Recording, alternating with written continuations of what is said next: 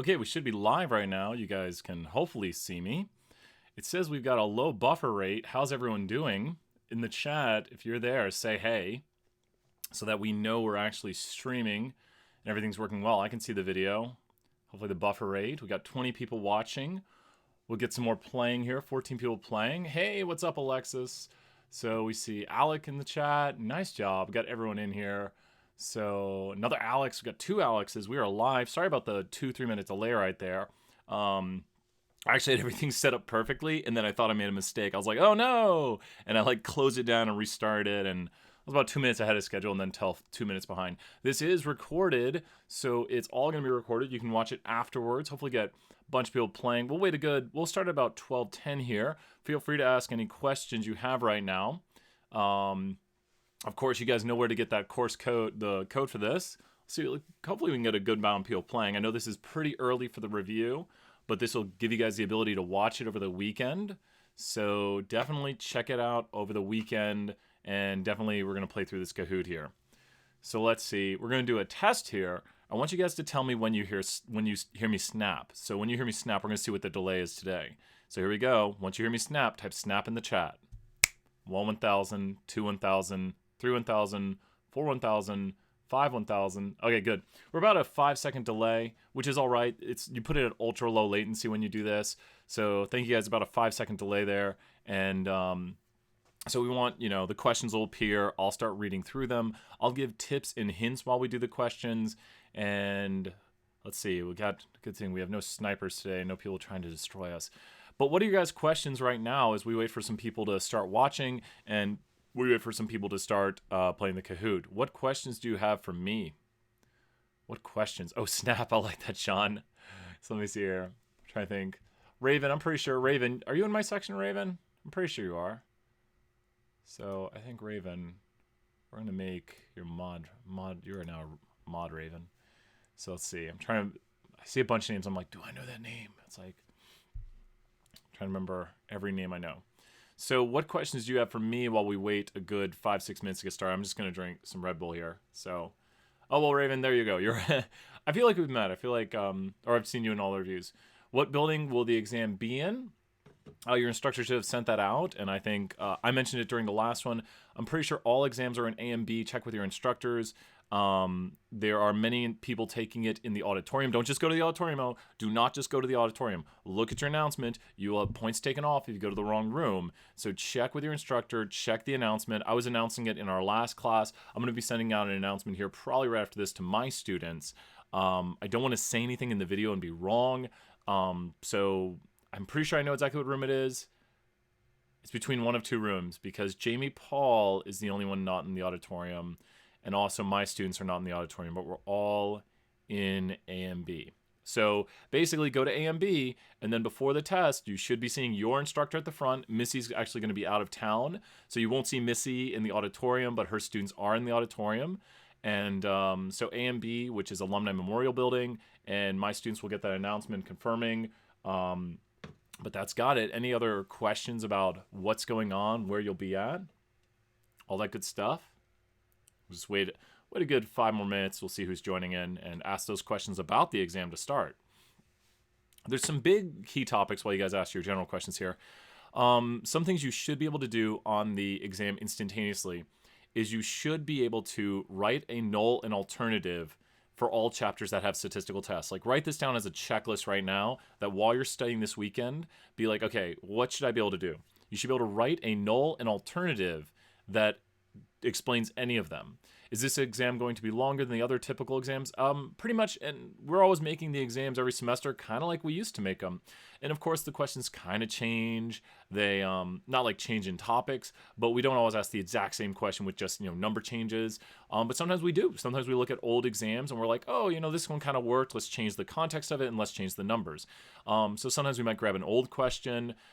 Sometimes we might formulate a new question. So you really see that our exams are always some sort of kind of conglomeration of old exams and new ideas. So it works to look at old exams. That does work, but you can't just memorize an old exam. There's no old exam that would be, I memorized everything on here and I got an A, because we're going to come up with new stuff and we're going to change the way they're asked a little bit. and that's a really good question, Raven. Raven asks, will there be a lot of information from the old chapters that we have already been tested on? Not really. There is a tools and techniques section that would ask you something like, we want to test the relationship students have with the hours they study and the grade they make on the test, as in numeric grade. So we want to look at the grades a student makes on a test, like 80, 90, 100, and the hours they study for the test. So what tool would we use? Let's say, what statistical tool would we use? Now, it's multiple choice, so it's a little bit easier than I'm doing right now. But imagine it said we want to look at how many hours a student studies and the numeric grade they make on the test. What tool would you use to analyze that with statistics? What statistical tool would you use? And it'd be multiple choice. So if you can figure it out right now, you're doing well on this. So it'd be multiple choice. And we'll see if someone in the chat gets it. So we're analyzing the amount of hours a student studied, and we're trying to predict the numeric grade they make on a test. We'll see. I'll give the answer away in about 5 seconds. Remember, always try to, if you're watching the video now, try to pause the video at home and think about what tool and technique we learned over the semester that we could analyze this with. You could also tell me what graphic we'd display it with. Kind of, Brad. You're kind of close. And I'll explain why. But remember, we're doing 2 variables here. So I like giving little hints, and we'll start the Kahoot here in just another 3-4 minutes. We're doing 2 variables here. What you want to look at is you want to look at what kind of variables are these. So if you're thinking in the chat, like type some answers in the chat, be like, okay, what am I doing? What kind of variables are these? I've got hours a student studies, and I've got their numeric grade on the test. Both variables are what? We're breaking down the question now. We're taking it apart and putting it into pieces. Both variables are what kind of variables here? So if my students know I love the answers. I need people to throw some answers at me. Even if they're wrong, it's all right. Brad, if you're one of mine, 100 points. 2 quantitative variables. Raven, you're on the right track here. 2 quantitative variables. And if you remember from the first test, QQ straight enough, no outliers. With that in mind, when you think of that, you're like, wait a minute, this sounds like I'm doing a what? It sounds like I'm doing what kind of technique? It's 2 quantitative. What technique is this? This is my secret. Just drink a Red Bull right before we do the reviews. So, I want someone to say in the chat. We'll get started after this one right here. And we're getting a lot more people joining the Kahoot now. Abby, you are right. A scatter plot is the right graphical display. So you're right on the right track. And there's 2 things we can do with a scatter plot. So you're right. We'd make a scatter plot from it because it's 2 quantitative variables. And the 2 techniques we did with scatter plots are what? If you notice, this question is not really a specific hint. It doesn't ask you to interpret the slope or the intercept, and that kind of gives away the answer now. It's not saying interpret the slope or the intercept. It's also not talking about the strength, direction, form, or unusual features. We're not going like too specific. These ideas are general, like global ideas. Because our goal is, if you were to go to another class and they were to say, let's analyze, the relationship between the hours someone studies and the grade they make on a test, numeric grade, very key right there. You would say we should use, and I'll give the answer right here in just a second, then we'll probably start the Kahoot up, and we'll see if there's any other questions. We would use regression. Or we could do correlation. Because 2 quantitative variables, we can talk about the correlation between them, i.e. there's probably a positive linear relationship. Linear is the form, and positive is the direction, and we would say strong is the strength. We'd hope it'd be strong, as in, when you study more, your grade is higher. And I like to use these examples, especially for a test. And we could talk about a line doing this, and the line would be a regression, because regression is doing a linear relationship. We'll throw another one out there. One of my favorite ones to do is always, and I hope I didn't put it on this review, I always use this example. What if we wanted to examine the relationship between gender and animal people like? We want to look at gender and animal people like, and this is going to be a good segue into the review. So this will be our last question. And remember to ask those questions while we're playing the Kahoot. But if we want to analyze gender and the animal somebody likes, like gender and favorite animal, what would we use there to analyze gender and favorite animal? You could think of a graphic, and you could also think of a test, which is going to be really helpful for this review. So gender and pet preference. What would be, and after this one, we'll start the Kahoot. So what would be the right tool or technique or graphical display to use for gender and pet preference? And don't worry, if you get a question wrong, it's fine. And just by even trying, you're kind of just thinking it through. There's nothing wrong with getting it wrong. I mean, I appreciate it. Brad, if you're in my class, 200 points. This is just how I try to figure out people's bonus at the end. So histogram. Let's mention what a histogram is, Carolyn. A histogram is a univariate display of quantitative data. So and write that down. Be like, histogram is a univariate display of quantitative data. And mosaic plot is correct. Mosaic plots go with contingency tables, and mosaic plots and contingency tables are bivariate displays of categorical data. And we can use it to then do the chi-squared test of independence, which we'll be doing on this review in literally 1 minute. So great job, and write down a histogram. Like, histograms could display the height of individuals. Histograms could display the weight of individuals. And if you notice, I'm not mentioning two variables because a histogram is a univariate, one variable, display of quantitative, such as height, weight, GPA, age. So we need a quantitative variable and we need one. A mosaic plot goes with a contingency table. We'll see those on this review today.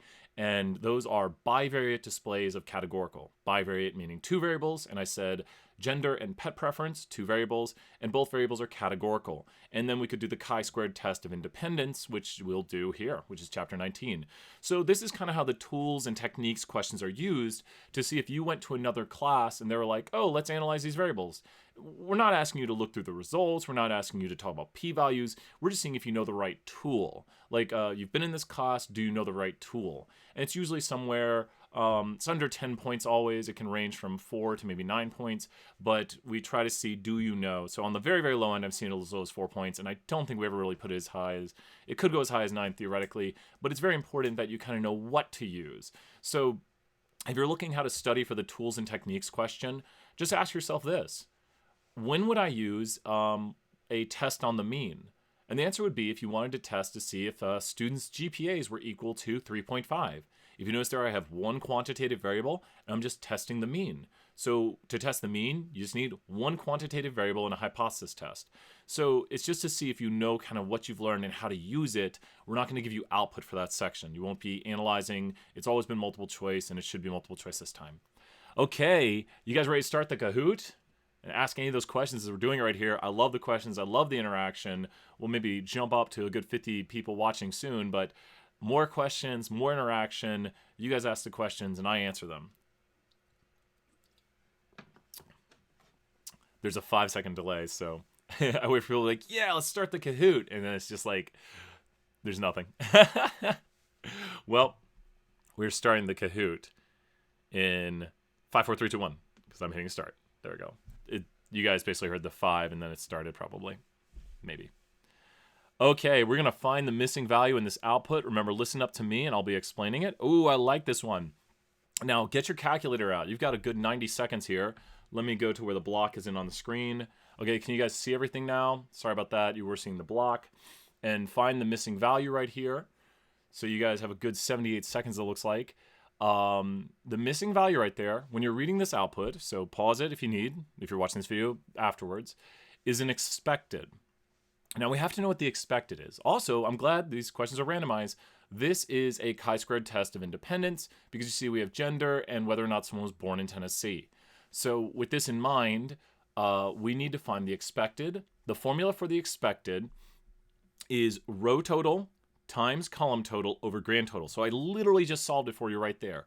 On the test, I like to circle this number, row total, then I circle this number, column total, and then I put a line here and do over grand total.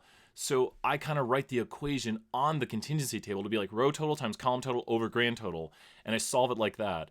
So I'm going to be saying the answer here in just a moment. I'll say it in about 10 seconds or how to get it, and we can confirm and ask those questions in the chat if you got them. But we want to do row total times column total over grand total, which will be 421 times, and I just got to make sure I do it correctly, 479 over 770. Now, yell at me in the chat if I ever get something wrong, because I'm doing these questions on the fly, and I'm just kind of looking at it. And I did solve the answer, so we should see the right stuff. But how many? Yes, great job. And I think you guys understand that one. The formula is just row total, usually, and I'll write this in the chat. I'll write expected equals, and I write it as RT, can't type today, times CT over GT. That's how I abbreviate it, that the expected is equal to row total times column total over grand total. If you guys get stuck on these or you want me to elaborate further, feel free to do that. Usually we pause between the questions and I go into greater detail. But the expected, and you will get these formulas on the test, just knowing what to see with that output. And let's see right here, if you want to give a check to yourself, can someone in the chat right now write the formula that would get you 159.1? Try doing that in the chat. Write the formula that would get you 159.1. And I got to make sure I don't restart the Kahoot like I did that one time. So write the formula in the chat that would get you 159.1. And here's something I always tell students. You can confirm your work because if you notice, this isn't expected, and make sure the second one's expected because we can put different things here. You'll see that on the practice test. And it looks like, oh, it's hiding it. Let's show that. Abby, let's just make you a mod so you never get hidden stuff again. You get to be a mod for giving that answer. Other people might come and try to give answers now. And looks like, let me double check Abby's answer. Oh, and you guys just reverse it. Doesn't matter if you reverse it because it's math and multiplying does the same thing. Nice job, Allie and Abby. That is how you get it. And think about this. If you solve it and get this, then you'd be like, okay, that's how I get this number here that is the expected. And you'll confirm that you have the answer. Always find ways to confirm on the test that you're doing it correctly. So if you can find 159.1, well, then you pretty much know how to find that right there. So great job. And remember, ask those questions and keep up the good work. That's a great review question right there. Let's see. We got Wondercat with 777, lucky sevens. That was a longer question, so people didn't get the pure 1,000. Swift Dog might catch up. I'm going for Swift Dog this whole time. I wonder if Mitchell's watching. He might have told me he can't, but he's our 2-time winner of Kahoot. To make a confidence interval for the true proportion, what is a condition that must be met? Ooh, condition time. Okay, now be careful. Let's slow down. When we make confidence intervals and we use proportions, we have condition 1 is what? It is random. Condition 2 is going to be 10%. Neither of those are on here, and those are just the general conditions for all of them. Random, 10%, and then we hit the third condition. The third condition for proportion data, now be careful, the third condition for proportion data, proportion is a what kind of variable? I want to see it in the chat. I drop all my little hints. Proportions are a what kind of variable? We should see it in the chat, hopefully. Proportions are a what kind of variable? It's categorical. Categorical. Do not worry though, Zach. It's categorical. Categorical because it's like one group or another group. And the answer is going to be, you guys are waiting for it, success failure. Success failure is the answer because we need at least 10 successes and at least 10 failures. Now, here's the big thing, and I'm glad the answers went this way. The other two conditions, count data and expected cell count, are for what chapter? Count data and expected cell count are for what chapter? This is a great review right here. We can use this question to review other things. Count data and expected cell count, hint, we just did a question like it, are for what chapter? So like if you have your notes out and you're taking notes, be like, okay, count data and expected cell count are the third and fourth, and there is no true order to them, but I always like to go random, 10%, and then I figure out the last one. Chapter 19, that is correct. Chapter 19, at least with what we deal with now, the order, is the chi-squared test of independence. So count data and expected cell count are chi-squared test of independence, which we just did a second ago. And then the nearly normal, you can join the Kahoot again. Just go get the code from where we have it. Make sure don't put the code in the chat. Go grab the code and jump back in. You should be able to, or play along by watching, because anyone can join in while we're playing. So the nearly normal condition is for what kind of data? Nearly normal is for what kind of data? Why was nearly normal wrong? Nearly normal is for what kind of data? It's when we have a certain kind of variable. Nearly normal is for what kind of variable? This is where you pause and you think about it, because this is what yes, Alex, you're right. It's for means. It's for means, which means it's quantitative. Nice job, Brad. And so it is quantitative. It is for means. And so quantitative is the key right here. So when you look at this, you would ask yourself, like I did to start, proportions is categorical, so it's success failure. If you noted, I started by thinking through the question that way. You'll often hear my train of thought when I do these questions. It's like, proportions is categorical, which means it's some form of the success failure. So check it. And then if you hear something like we're analyzing height, height is quantitative, so we would deal with means, like a t-test on the mean. And since height is quantitative, dealing with means, the condition would be nearly normal for doing a test or an interval. And that's the way to know the difference between these. And feel free to ask those questions in the chat. How do you know this? I like Ali, nice job. The central limit theorem deals with means, and that's what we're using with nearly normal. We're oftentimes going back to the large enough way of doing it that the distribution of the means will be nearly normal. Great job, Ali. Ask those questions if you got them. We're going on to the next question here. Wonder Cat. Oh no, dog's gone. But Wonder Cat is leading the way. Nice job, Wonder Cat. What is the missing value of difference? Ooh, of the difference. I don't know grammar. That's not what I do. Ooh, oh, this is a tricky one. I like this one a lot. Oh my gosh, look at all this output we got here. Oh no, what are we going to do? There's probably a few ways to find it, but I already realized one way right here. And this is a tough one. This is a tricky one. Take a moment and think about what we have. This is a t-test for the difference between, and I believe I did it, it's not the heights of males and females. It's not weights. Oh no, it's GPAs, I think. I think I did for this test the difference of the GPAs of males and females. And so that's what this output was created from. Imagine a test question says, we've analyzed the difference in GPAs between males and females. Use the following output to answer the questions about the differences between the average male GPA and the average female GPA. I'm going to throw you a lot of great hints right here on how to do this problem. We're going to review on this one for a good bit. Okay, let's figure out how to solve this though. I don't know how to use any of this output, or maybe I do. The difference right here is what we saw between the difference between males and females. One thing you'll note is that it's negative. Well, all these numbers are negative. That's a good hint, Brian. But wait a minute. The confidence interval for the difference is negative. So the difference we find has to be between these two intervals. So if you add these two numbers, so you would get a big negative number, and divide by 2, that would be the center of the interval. And I know I gave that one away at the last second, but the center between these numbers, which I think is going to be 0.23. Nice job on those who got it. That was a tricky question. And I know I gave it away at the last minute there, but that's probably one of the tougher ones. The center of an interval, if we have an interval, like try this. Lunch today is going to cost between $10 to $20. What is your best estimate of how much lunch will cost? Lunch day is going to cost between, the camera's right here, $10 to $20. Lunch is going to cost, what do you think lunch will cost? It's going to cost between 10 to 20.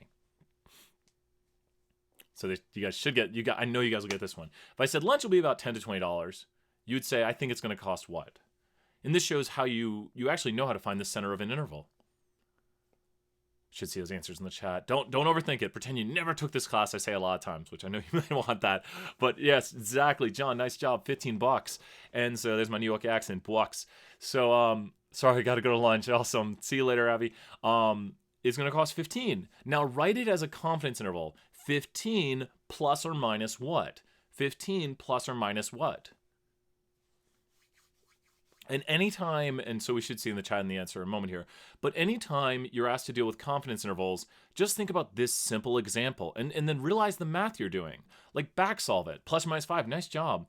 So the way it works, and then I think, Laura, are you in this semester or last semester? And if you are last semester, I am so glad to see you, Laura, because I'm remembering if I made you a mod earlier this semester or was it last? And if you're from last semester, that's awesome that you're here joining in. I'd love that if previous students. On the practice exam, this semester. Yeah, it's just this semester. I know the name, but I know I made you mod earlier. I was like, someone last semester watching. I'm on the practice exam. Instead of adding, we subtracted. It depends. If I had given you, let's write this in the chat right here. Let's pretend the interval is just 18 to 27. Let's just pretend. How could we find the center of that interval? We're just abbreviating decimals, if that makes sense to everybody. 18 to 27, if you add them together, is 45. 45 divided by 2 is equal to 22.5. Now, I rounded the numbers, and if you look at, and I changed the decimals, but if you look at the right answer, it's this right here. And so it is that. If you add together those two numbers and divide by 2, you will get the center of the interval. But what if we had 23 as our center, and we already knew that? Well, we could take the upper, which is 27.5, minus 23, and we'd get the margin of error. And if you notice here, the margin of error, and I'm using the actual 23 number now, the margin of error is 4.5. And that's because if you're at 23 and you go down 4.5, then you would be at 18.5. If you're at 23 and you go up 4.5, you'd be at 27.5. There's lots of ways to solve the intervals. Just remember here, use your simple example. Lunch today is going to cost between $10 to $20. Or what if I told you, let's change it to maybe how the practice exam is. I said, I think lunch will cost $15, but it could cost as little as $10. what would be the upper for that interval? I think lunch will cost 15. That's my best estimate. But it could cost as little as 10. What's the most it could cost then? If I'm using the margin of error that's plus or minus, which we do for our intervals. If I say lunch is probably going to cost 15, but it could cost as little as 10. And I'm using the same example, so we'll come to the same answer. Try to keep to the same example before I change it. And what you should do there is you say, okay, if it's going to cost 15, that's the center of the interval, like what we think it should be. That's our best estimate. And then it could cost as little as 10. You've just found the margin of error by saying the margin of error is 5. So if you add 5 to 15, you'll get 20, and you have the upper. So you're doing the same kind of mathematics here where you can find the margin of error. There's a few ways to find the margin of error. The margin of error can be half the length of the interval. The margin of error can also be the middle to the lower or the middle to the upper. So there's multiple ways to calculate the margin of error. It's just half the length of the interval, or the middle to the lower, or the middle to the upper. So kind of think through that right there. It's very kind of theoretical, and just understanding how these intervals work. So in this instance, because sometimes it is a little different than the practice exam, we're averaging the two numbers. So frankly, it's pretty much, if you blank one of these numbers, the difference, the lower or the upper, you can find any of them, because you can find the margin of error, because then you can just use the numbers. Because what if I did, who can tell me what would be the upper minus 2 margin of errors? Let's see if you can figure that out in the chat, and it will show you understand this theoretically. The upper minus 2 of the margin of errors would be what? The upper minus 2 of the margin of errors would be what? It'd be what for the interval? The upper minus 2 margin of errors. Hint, just think about this right here graphically. The upper minus 2 margins of errors. The upper, and these are margins of errors. If you're at the upper and you subtract 2 margins of errors, where would you be? And just theoretically, so using our numbers, if the upper is 20 and you subtract 2 margin of errors, you would be at, and think theoretically, if just you're at the upper and you subtract the margin of error twice, theoretically, you'd be at the lower. You'd be at 10 for our 20, because think about it, 20 minus 5 is 10. Because the interval's whole length is 2 margin of errors. My hands are margins of errors. If you subtract the margin of error once from the upper, you'll get to the middle. If you subtract it a second time, you'll go to the lower. So it's just 20 minus 5 is 15, which was the estimate of how much lunch would cost, and 15 minus 5 is 10, which is the lower of the interval, the lowest it could cost. And try to break it down to these. Yes, got it. I like hearing that in the chat. And just try to think through these theoretical examples. I pause on this one for a while because it's just important to understand how confidence intervals work and what the center is. The center is the best estimate. And I think I have some other questions. The 20 was calculated from me saying lunch. The first example I gave was lunch will cost $10 to $20. So 20 is the upper, 10 is the lower. And then 15 would be the center by averaging the two numbers. 20 plus 10 is 30, divided by 2 is 15. The center of the interval is the average of the upper and the lower. Then the second thing I did was I changed the question to say lunch could cost as little as 10, the lower, and I believe it'll cost about 15, the estimate, the center of the interval. And so we're just kind of changing and augmenting our question to see if we can understand, if we're given different information, how we could handle that to do it. And that's where you really understand the questions, where it's like, it's not this exact question, but you can augment it and change it. Oh yeah, no, the pick actually shouldn't even, it's not even relevant. Sorry, I changed it to, I like to use simple numbers sometimes, but the test doesn't use simple numbers. So in the Kahoot, I don't use, we don't always give you perfect numbers. But when you try to think of an example in your head, usually you come up with a very easy kind of, no decimal numbers, because decimals just make things a little less fun. Great questions. Thank you guys. Keep asking in the chat. Let's see right here. Wondercat still in the lead. Who are you, Wondercat? We'll find out by the end, maybe. What are the degrees of freedom for the t-interval? I love this question. I think you guys will probably get this. What are the degrees of freedom for the t-interval? Can you get this pretty quick? It's only 30 seconds. This is one you should know like that. This is what I would call a freebie question. If you got this on the test, you'd be like, yeah. Be like, I got this. Done. Oh, and you guys have got 7, 8 answers. So let's, there's 3 ways we calculate degrees of freedom. And this is the first way we learn.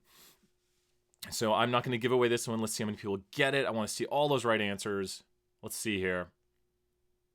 Nice job. And I'm glad there's a pretty good answer right here. And let's see the two answers. We got the right answer, and then we have the other answer, which is not right, but we'll see it in a moment, or we'll talk about it.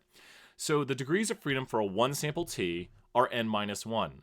A one sample t is a test on the mean. So one sample t test, n minus 1. Here's n minus 1, 769. But we saw the answer, it's a complicated formula.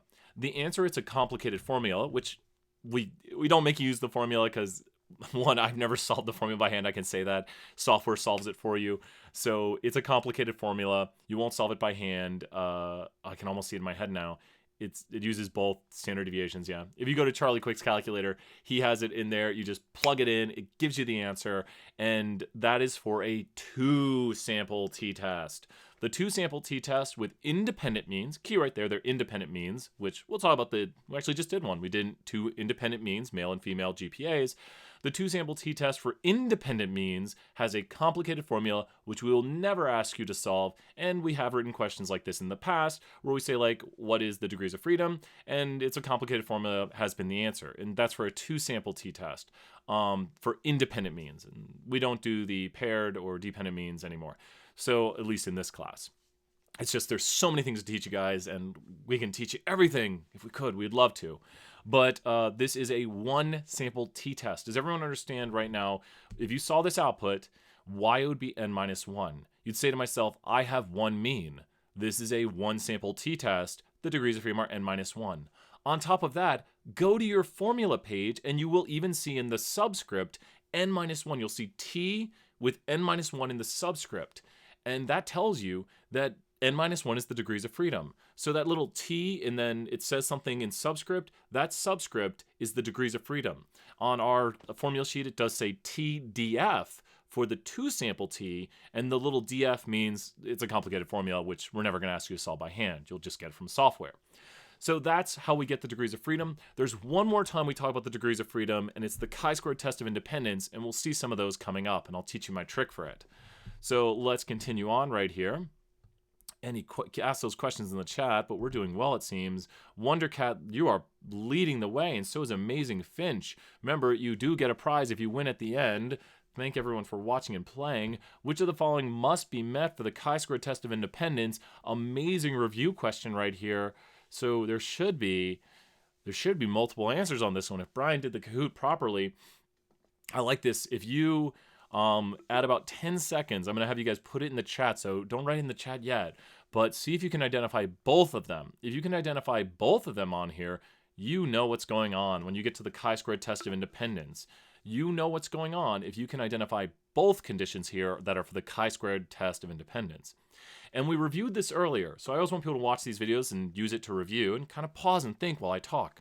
Because wait a minute, Brian said one of these is for categorical data, like proportions. And that was the success failure. Then Brian went on to say another one's for quantitative, like when we analyze the mean. And that was nearly normal. So nearly normal is for quantitative, for means, success failure is for categorical, and that leaves count and expected cell count, count data and expected cell count. And both of those are correct. Nice job. A pretty good grade right there. We got an 85 on that. We'll keep doing well. Remember, ask those questions. What is the expected? Try to write a definition for, nice job, Katie. So try to write a definition. I like red versus green. Nice job, Abby. So try to write a definition right here of what the expected cell count is. Try, and I'll read off the best definition. Try to write a definition for what expected cell count is. Try to see if you can explain to me, what is the expected cell count condition? It's pretty simple. So I think I can say it in about 4 words.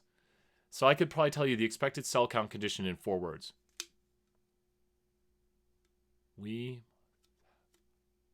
No, I have to do 6 words. I have to do 6. I can't count today. I don't do counting. I just do statistics. So that's not my job. So what is the expected cell count condition? I might say it in a half second here. Remember, pause that video and try to answer it yourself. So that is how we get the cell chi-squareds, Allie. That is the formula for cell chi-squareds. And so, and we don't usually, we could ask you, explain why it's met. And the expected cell count condition states that we must have at least 5 expected cell counts. So, or we must have 5 expected cells. And it can be expected cell count condition, expected cells. Biggest thing that mentioned here is that it's dealing with the expecteds. So we must have at least 5 expecteds. That's the key to this one. What is the count data condition? You want to ask yourself this, like, what is count data? What's going on with that? Well, count data is kind of like a condition we mentioned earlier. To do regression, before we started this review, we mentioned 2 quantitative variables, QQ as I call it. Well, count data is actually CC. Don't put that on the test. But what's Brian mean by CC? He means 2 categorical variables. And that's how we do the chi-squared test of independence, is we have 2 categorical variables. And that makes count data. Like we had 10 males who liked dogs. We had 5 males who liked cats. And that 5 right there is not the expected. That's actually the count of the data. That's how many we observed in this group. So count data is due to 2 categorical variables. If the question had gender and pet preference, I would simply say gender and pet preference are both categorical variables. That's how the condition's met. They're both categorical variables, so it's count data, because that's how we get count data, 2 categorical variables. And you see me writing that on the test like, yes, this is why. I teach, so I repeat myself. But that is what count data is. An expected cell count deals with the formula, row total times column total over grand total, and we have to check all of those, or just the smallest if we want, to make sure every one of them is greater than 5. And if the smallest is greater than 5, then they're all good. And the expected cell count, I want to reiterate again, is not the observed values, which is just the counts. The expected cell count is the formula, row total times column total over grand total. And we saw that early on right here. So let's continue on. Let's check it out. Let's continue on. And if you are watching the Kahoot right now, you should be able to chat in the YouTube thing. We think we just got a message here. So ECC needs to be greater. Yes. So all the expected cell counts need to be greater than 5. And to get expected cell count greater than 5, you have to, sorry, I was looking at a thing right here related to the Kahoot. To check to see if they're greater than 5, you simply need to figure out all the expected cell counts. But you only actually need to find the smallest, because if the smallest expected cell count is greater than 5, they're all greater than 5. So just logically, it's like, imagine we all go to a party and we want to see, is everyone older than 21? Who's the only person I would have to check to see if everyone was older than 21 at the party? And technically, if I knew this, I would only have to check this person to see if everyone was older than 21. And you guys might get it. I think that maybe means you got it. To check to see if everyone's older than 21, if I knew everyone's ages, I would only have to check the which person. And I think you guys might say in the chat, I'd only have to check the youngest. So if the youngest was 23, everyone's older than 21. So if you want to check that all expected cell counts are greater than 5, you only need to check the smallest expected cell count. It's because if the smallest one is 7, then all of them are greater than 5. And so you only have to check the smallest. But once again, it's not that. It's true that if the smallest is greater than 5, but by virtue of that, they're all greater. Great job, everyone. Oh, I love this question. Probably one of my top favorites right here. I want us to put this on the test every year, and I made this one so nice. And actually, we saw it in the thing earlier. If you saw it and you remember it, good for you. But this one right here, this output, is very easy to find the answer for. Now, I want us to think about the formula. If you have your review open right now, which I think some of you do, go to the formula for the 2-sample t-test, and maybe pause and have the review there on the side, but go to the formula for the 2-sample t-test. You'll see a formula that says y bar 1 minus y bar 2. I can't remember if it has minus 0, but y bar, we got the answer in chat. Don't say the answer too soon in the chat. Y bar 1 minus y bar 2. Might be a wrong answer, might be trying to trick you. Y bar 1 minus y bar 2 over, and then it's square root s1 squared over n1 plus s2 squared over n2. Now that square root, s1 squared over n1, all that right there under that radical, is actually the standard error. And the top part of that equation, y bar 1 minus y bar 2, is the difference. Y bar 1 minus y bar 2 is the difference. So the difference divided by the standard error is the t ratio. So if you notice what I do with these numbers, negative 0.23 over 0.023, and I remember I kind of made these numbers the way I wanted them, because that's basically what? What is negative 0.23 over 0.023? And the answer is, it's basically negative 10. So we tricked a few people here with the negative. Remember to keep that negative sign. All you have to do in this output to get the t ratio is just put a divide sign right here. That's all you have to do. put a divide sign right here, and you get the T ratio. Just go right here with the divide sign, boom, and then it equals the T ratio. Just imagine. Can you imagine right now? I wish I could make a graphic appear. I could be a lot more to download these videos, edit them, and add in graphics, but maybe one of these days. But put the divide sign right here. I'm just drawing it in with my cursor, and you would get the T ratio. That is how we get the T ratio. How in the world did we find this degrees of freedom? It's a decimal. I don't remember doing this in class. Those degrees of freedom right there, because it's a 2-sample t-test, are the degrees of freedom from the complicated formula, and we just let software find it for us. So this was a 2-sample t-test. A 2-sample t-test is when we compare the means of 2 groups. A 2-sample t-test is when we compare the means of 2 groups. And you'll notice, don't get confused here, males and females is a categorical variable, and their GPA, which is what is analyzed here, is a quantitative variable. So in this example, we're doing gender, and we're comparing the GPAs of gender. So we have 2 independent groups. We could check the condition here. We have these males and females need to be randomly selected. The question should say that. We have that these males and females should be less than 10% of their populations. I'd assume they are. I mean, I think I remember the sample size is like 800 something. Degrees of freedom are usually kind of closest to the sample, and they're less than the sample, but we don't have to calculate that here. So I'll assume that it's less than 10%, but let's say it said we sampled 1,000 UT students. Well, 1,000 is less than 10% of the 25,000 or so undergrads we have. That's what I would write. 1,000 students is less than 10% of all UT students. Third condition, nearly normal. We can't really analyze that condition here because we don't have the shape, but imagine it told you that the distribution of males and females GPAs are normal. Well, then the distribution of the means would be normal, because if the single observation is normal, then the distribution of means would be normal. And that's the central limit theorem we heard earlier on. And that deals with if it's skewed, we need at least 25, and if it's heavily skewed, we need at least 100. We might review that a little bit later. Condition number 4 is that we have independent means. And to see if they're independent, ask yourself this. Well, do males' GPAs impact female GPAs? And not directly. You might say, well, where we see smarter males, we might see smarter females. Where we see smarter females, we might see smarter males.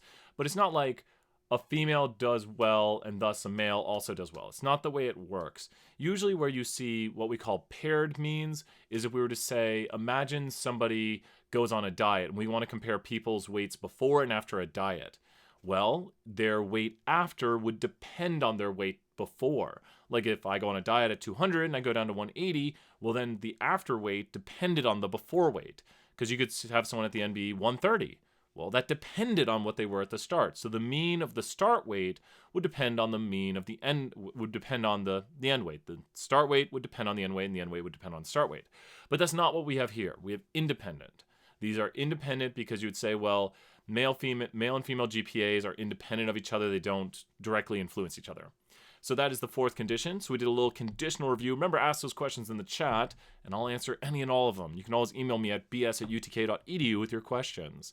Let's continue on here to the next question. We got Wondercat. You are breaking away from the pack. Oh, no. Let's see here. Oh, story time. What is a type 2 error? I love all these questions. Okay. Oh, my gosh. So we got here a tree that might fall on our house, and we are going to assume the tree is healthy. Oh, God, can I re-pull this if I flip it? We are going to assume the tree is healthy as the null. So let's write here in the chat, the null equals tree is healthy. My stream says it's buffering. I hope you guys aren't buffering. Null is tree is healthy. Alternative, tree is sick. So the null is that the tree is healthy. The alternative is that the tree is sick. And I hope we're doing fine. I'm seeing if I can still see it. Okay, good. We're watching. We're good. 6 seconds behind now. So the null is that the tree is healthy. The alternative is that the tree is sick. And with this in mind, in a type 1, the null is true. If you guys look at this right here, in a type 1, the null is true. Oh gosh, please tell me I remember which way this goes. Well, I just have to have written my null and alternative correctly. And I always assume the tree is healthy till we have evidence of it's sick. So in a type 1, but we're not concerned about a type 1 here. We're concerned about a type 2 error. In a type 2, the null is false. If you see the 2 right here, in a type 2, the null is false. In a type 2, the null is false. So with this in mind, just say to yourself, in a type 2, the null is false. It is false that the tree is healthy. So tell me what is true about the tree. It's false that it's healthy. I don't want to say the answer too soon. It is false that the tree is healthy. It is true that the tree is sick. In a type 2, the null is false. So remember, it's about the null. In a type 1, the null is true, and we reject it. In a type 2, the null is false, and we fail to reject it. So it is false that the tree is healthy. So it is true that the tree is sick, but we're going to believe it's healthy. So let's see here.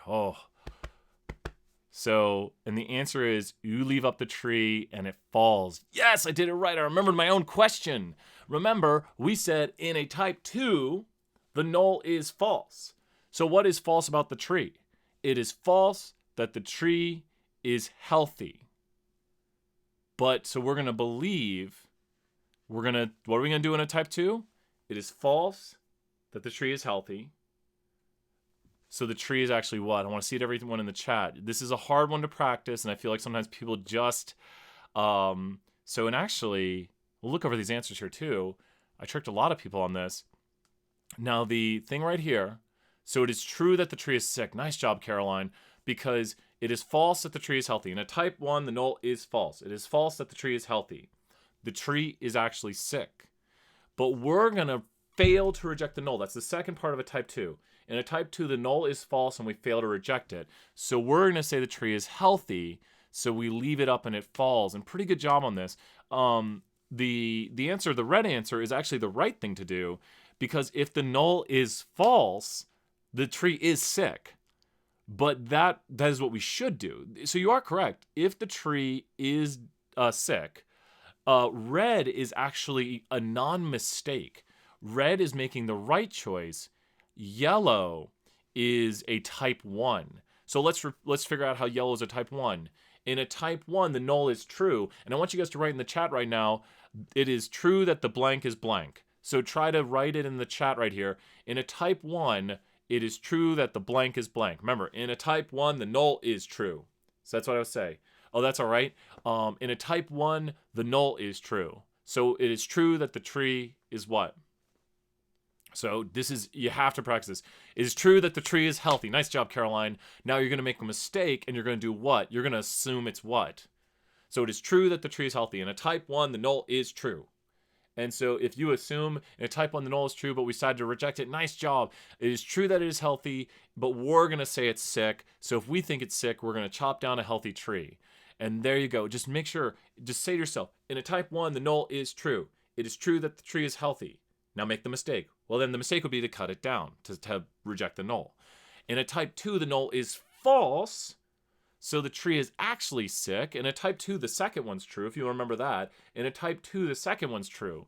I've started saying that this semester. I'm trying to train myself on it and teach you guys with that. In a type 2, the second one's true. So what is actually true right here in the second one? In a type 2, the second one's true, and we fail to reject the null. In a type 2, it's true that the tree is what? In a type 2, the second one's true. In a type 2, the second one's true, which is the alternative. In a type 2, so it's true that the tree is... So in a type 2, the second one's true. It is true that the tree is sick, but we're going to believe it's healthy, and the only way to believe it's healthy is to fail to reject the null, which is the second F. In a type 2, the second one's true, and you fail to reject the null. And the null is also false. So my little sing-songy thing gets too long. In a type 2, the null is false, and the second one's true, and we fail to reject the null. And so I don't like to say that because we just talk about the null. In a type 1, the null is true. In a type 2, the null is false. And that's where you get your F for the type 2. It was a student who made this up, and I really liked it. And I feel like if you practice it and go over these examples, it'll start to make sense. This is pure memorization, and it's too easy to flip. I almost feel at times students get a 50-50, and it's pure guess. Any questions on this about type 1? I heard power was mentioned. Power is 1 minus beta. So the formula for power is 1 minus beta, directly works off of type 2 error. Basically, power is not making a type 2 error. If you increase your alpha, you decrease your beta. If you increase your sample size, you decrease your beta. And if you have a larger effect size, you decrease your beta. And all those lead to higher power. Because if beta goes down, power goes up. Basically, power is everything but making a type 2 error. I think I have some power questions on here. We'll find out later. Ask those questions in the chat, and let's continue on. Wondercat, oh my gosh. Interpret the interval in context of the problem. I love these questions. So we got here a confidence interval of GPA, and this is a free one right here, but let's practice. Just don't put I didn't do it, and you'll get it right. So hit that answer quick. I did it, and you should get it right, and I think I put them all as correct answers. I hope I didn't mess up this Kahoot. I'm always afraid of that. Okay, probably click the red one. I don't know. Okay, so here we go. Oh, please tell me I didn't mess up this Kahoot. I've messed it up one time in the past, and I freak out about that. Okay, Brian has a little freak out here. That's always a good thing. To interpret this interval, we need to use the formatting I like, and this is my favorite formatting for it. I am blank % confident that the true blank is contained in the interval blank to blank. And there's different ways of doing it, but this is the way I do it. Sometimes people say, we are blank % confident that the true blank is contained in the interval blank to blank. Maybe they're speaking for all statisticians or all people who've ever calculated an interval. I guess the we are works. But the first thing, I am, and then we need to know what kind of interval it is. Well, 95% confident. There's the first blank. I am 95% confident that the true, and we can pause on the true. Now we need to ask ourselves, are we analyzing means, proportions, or the difference between two means? And it looks like I'm analyzing just one mean. I am 95% confident that the true mean, what am I analyzing here? Well, the problem would have said GPA. I am 95% confident that the true mean GPA of students at UT, and this is high school GPA, I think, 95% confident that the true mean GPA I am 95% confident that the true mean of high school GPA for UT students, there we go, is contained in the interval 3.817 to 3.849. And I'll repeat that again.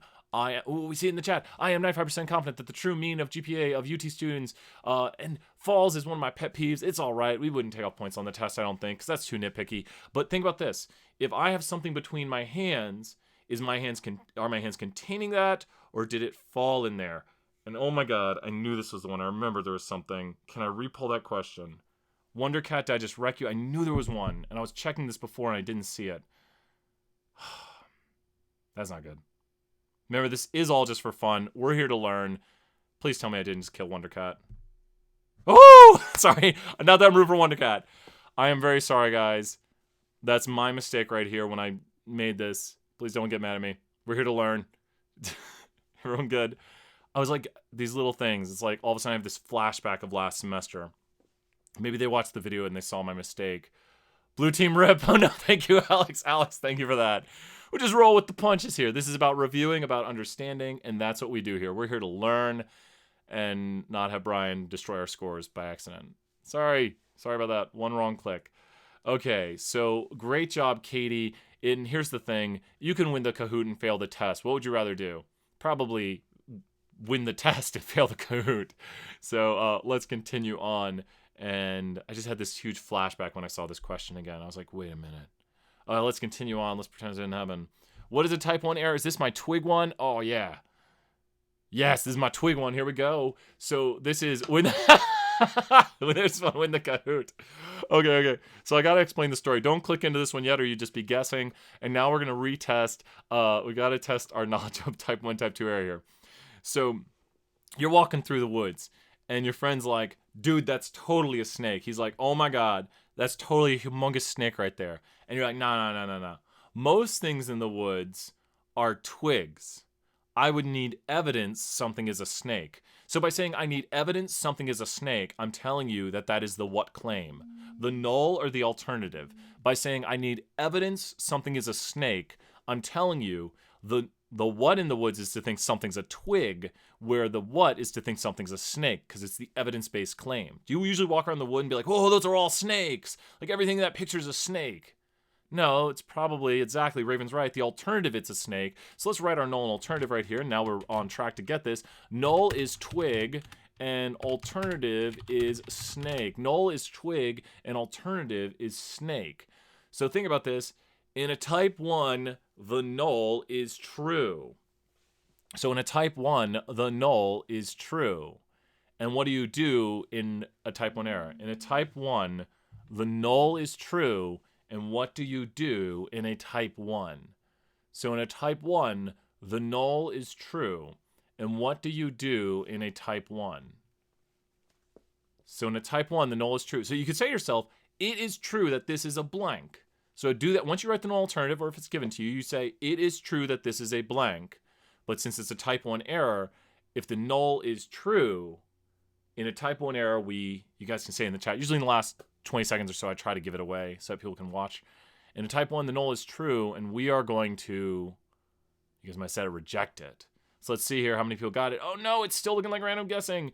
And remember, so don't worry, this is where you have to practice because it's so easy to flip this. Remember, in a type 1, the null is true, so say to yourself, it is true that this is a what? In a type 1, the null is true. It is true that this is a what?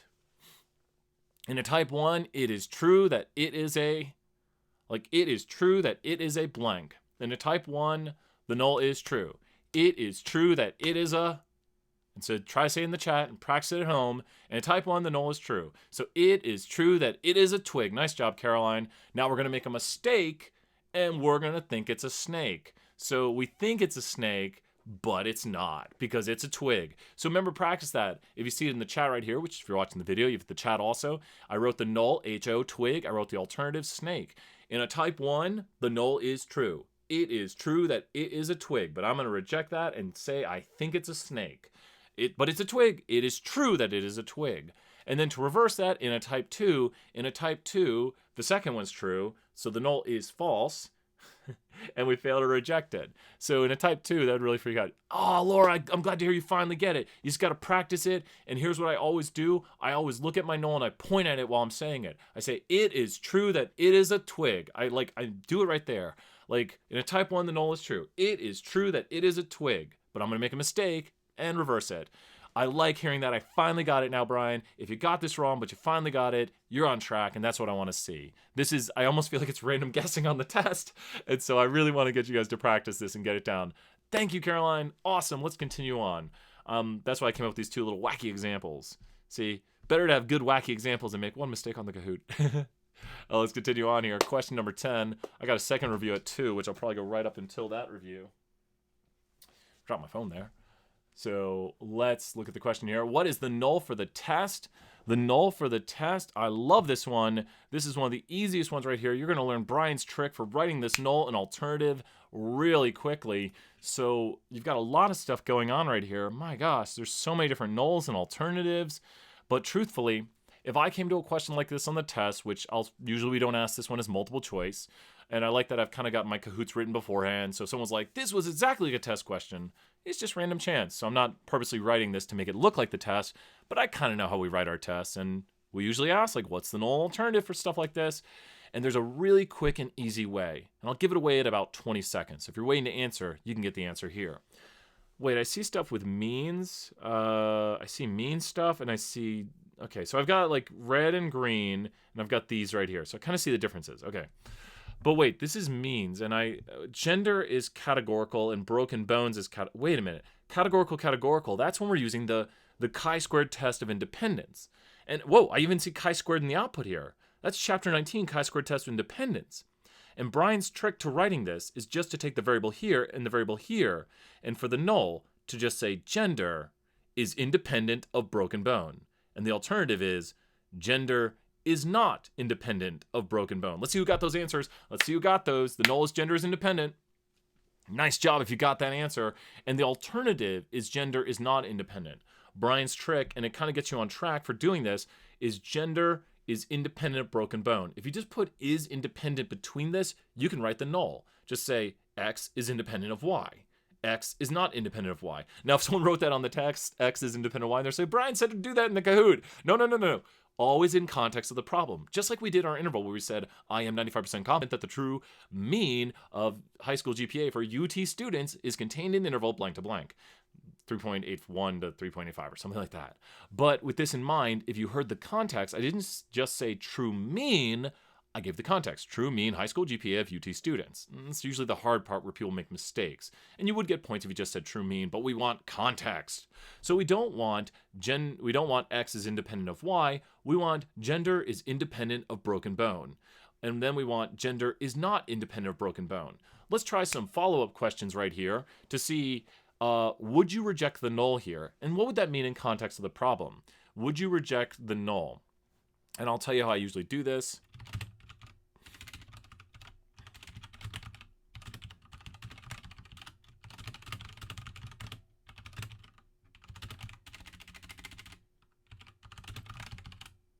Okay.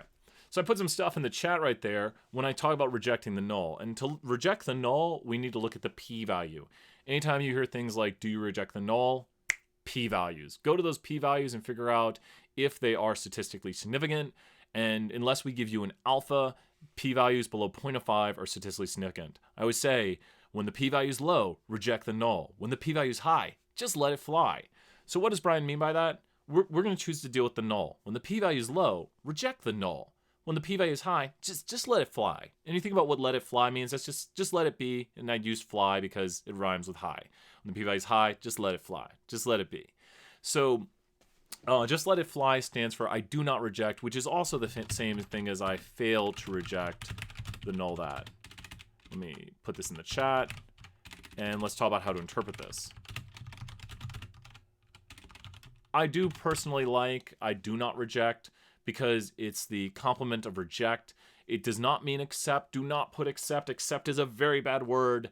We'll talk more on that when I show you a confidence interval again and why you should not say accept the null, because you either reject the null or do not reject. And do not reject is synonymous with fail to reject. Like, I failed to do this. I did not do it. So I used that right there. It's just classically, people love to say I failed to reject. I didn't reject the null. It does not mean you accepted it. You just did not reject it. And I'll tell you, if I have a confidence interval up, it'll maybe make more sense.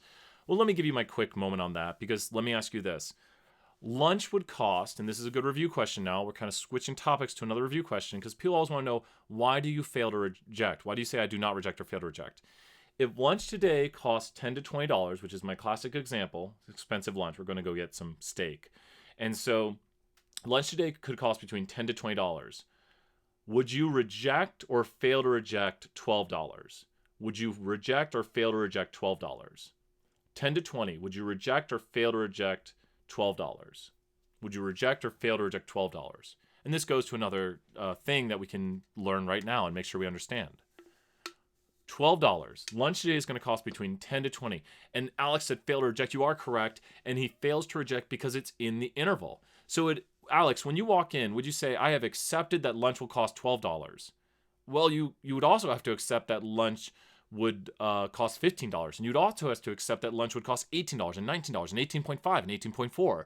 You're not accepting all these values. You're just saying you don't have evidence against them. You're saying, I believe lunch will be $10 to $20, so I'm just going to not reject those values. When I walk in and someone says, here's how much it costs, you're like, oh, that's kind of what I expected because it should be in this interval. But before knowing what it is or anything, you would not say you have accepted a value. It's just that these are values you believe it could be. So when we do not reject something, we just say what we observed is believable. And that's why the p-value is high, because we're saying, well, what we saw is possible. So I'm not going to reject it. It's just that it's possible. We don't know it's true. We're just saying it's possible. So, like $12 could be the cost of lunch. You're not going to reject that. You're not saying, I accept it'll cost $12. You're saying, yeah, that could be true. And that's what fail to reject means, is saying, that could be true. So people always want to know why we don't say that evil A word, accept. And it's because we don't accept a value. We just don't have evidence against that value. And if we had evidence against it, what would we do to the null if we had evidence against it? Just like we're doing here, to go back to this question, we'll bring it back home to this question. If we have a low p-value, when the p-value is low, reject the null. And I would say, I reject the null that gender is independent of broken bones. I have evidence for the alternative that gender is not independent of broken bones. And if you look at it, who's more likely to break a bone? And you'd look right here, it's what way does the association go? It looks like males, and this is real data, are more likely to break a bone. And if you notice, there's a gap right here, and this gap is large enough to be statistically significant. Don't always look at the gap and be like, there's a gap. It's that the gap is large enough to be statistically significant by the p-value. A little good review of what's going on here. The p-value is low, and let me specifically point at the correct one for our class. The p-value comes from your Pearson, which is the sum of all the cell chi-squareds. You can do it via a different test, but we use the Pearson, which is the sum of all the cell chi-squareds. So this p-value would be the correct one. They're both identical, and whichever way you do the test would turn out the same. You'd reject the null either way. Ask those questions if you got them. Let's continue on. Lots of good stuff right here. What p-value for this test? What is p-value for this test? Love the grammar. Oh, I just gave this one away. You guys got this. Crush this question. Get it right. What is the p-value for the test? And I want to say this review has been concentrated with a lot of information about how to deal with that null, how to write things, make sure you can answer the questions. We've done a lot of big global stuff, and we're continuing on here. But there's a lot of great stuff in this review, and we've definitely answered how to reject the null, what this output means, and how to read it, which I feel like, test 3 is a lot of output a lot of times on it. So what is the right p-value for the test? Now, the way I remember this, especially for the test, is the Pearson has your p-value. Wait a minute, but there's 2 values right here. The Pearson has my p-value. Wait, that's r squared. We're not doing with r squared right now. The Pearson has my p-value. So Pearson has the p-value, and p-values are probabilities. Boom. A p-value is a probability, so it's the probability of getting something greater than my result by random chance, something as extreme or more extreme than my result by random chance, and you guys got it. It is that 5609 right here, because the Pearson has the p-value, and p-values are probabilities. So Pearson has p-value, p-values are probabilities, and we got it. The chi-squared, which might have been what tricked people. Sorry there, hiccup. The chi-squared is the chi-squared test statistic, which is the sum of all cell chi-squareds. The chi-squared test statistic is the sum of all cell chi-squareds, and that other answers are just other answers. Make sure to ask your questions in the chat. So we'll continue on right here. And let's Wondercat, you are still leading the way. I'm going to start rooting for Flying Dolphin because, oh, Swift Dog, you're coming back. We got this, Swift Dog. Flying Dolphin and Swift Dog, you're my two. We got this. What are 3 things that control power? Oh, I mentioned these earlier. Not the one used to solve power. Oh, careful. There's 3 things that control power, not the one. People got this wrong last year. Slow down. If you're in the lead, slow down. So what are 3 things that control power? Not the one we use to solve for power. And I mentioned this earlier, the formula for power. So I like to do an example right here that I do in class where I say, I'm either going to play my brother in basketball or play my friend LeBron in basketball. So if I play my brother or LeBron, which one would it be easier to see who's better? If I play my brother or LeBron, who would it be easier to see who's better with? And power is the ability to reject the null. The null would be that I'm the same as my brother and I'm the same as LeBron. So I best play my brother because if I play LeBron, he's going to destroy me. So it'd be easier to see that LeBron is better, i.e. easier to reject the null. That's the effect size. LeBron's way better than me, so if we assume we're the same, the difference between the null and the truth is a lot larger, where my brother is a little bit better than me. Now the sample size would be how long do we watch the game? It's easier to reject the false null when we watch the game for longer, a larger sample size. Alpha is at what point we reject, and I just mentioned all the things that control power, effect size, sample size, and alpha. And alpha would be at what point we reject. So we can change our alpha. If we reject more often, that'll decrease beta. Because power, and this is not the answer, because this is the one that is used to solve for power. Power is 1 minus beta. That's the formula for power. The 3 things that control it are effect size, sample size, and alpha. We don't control the effect size. I don't control how much better my brother is than me. Remember, the null would be my ability is equal to my brother's ability. Null is kind of an equality thing a lot of times. The alternative would be that one of us is better. You could do a one-side alternative and say my brother's better, which is definitely true. But the alternative is the evidence-based claim, and if my brother's way better than me, that'd be easier to see, which is effect size. If sample size is larger, we watch the game for longer, it'd be easier to see, higher power, larger sample size, and alpha would be at what point we reject. So when we increase the alpha, we decrease the beta, and when we decrease beta, we increase power. I'll write in the chat right now that power equals 1 minus beta. So since power is 1 minus beta, when beta goes down, power goes up. And here's how it works. If there's a larger effect size, beta goes down, power goes up. If there's a larger sample size, beta goes down, power goes up. If there's a larger alpha, beta goes down, power goes up. Power is the inverse of beta, or the complement. It's 1 minus. They have an inverse relationship, and they are mathematical complements. Great stuff here.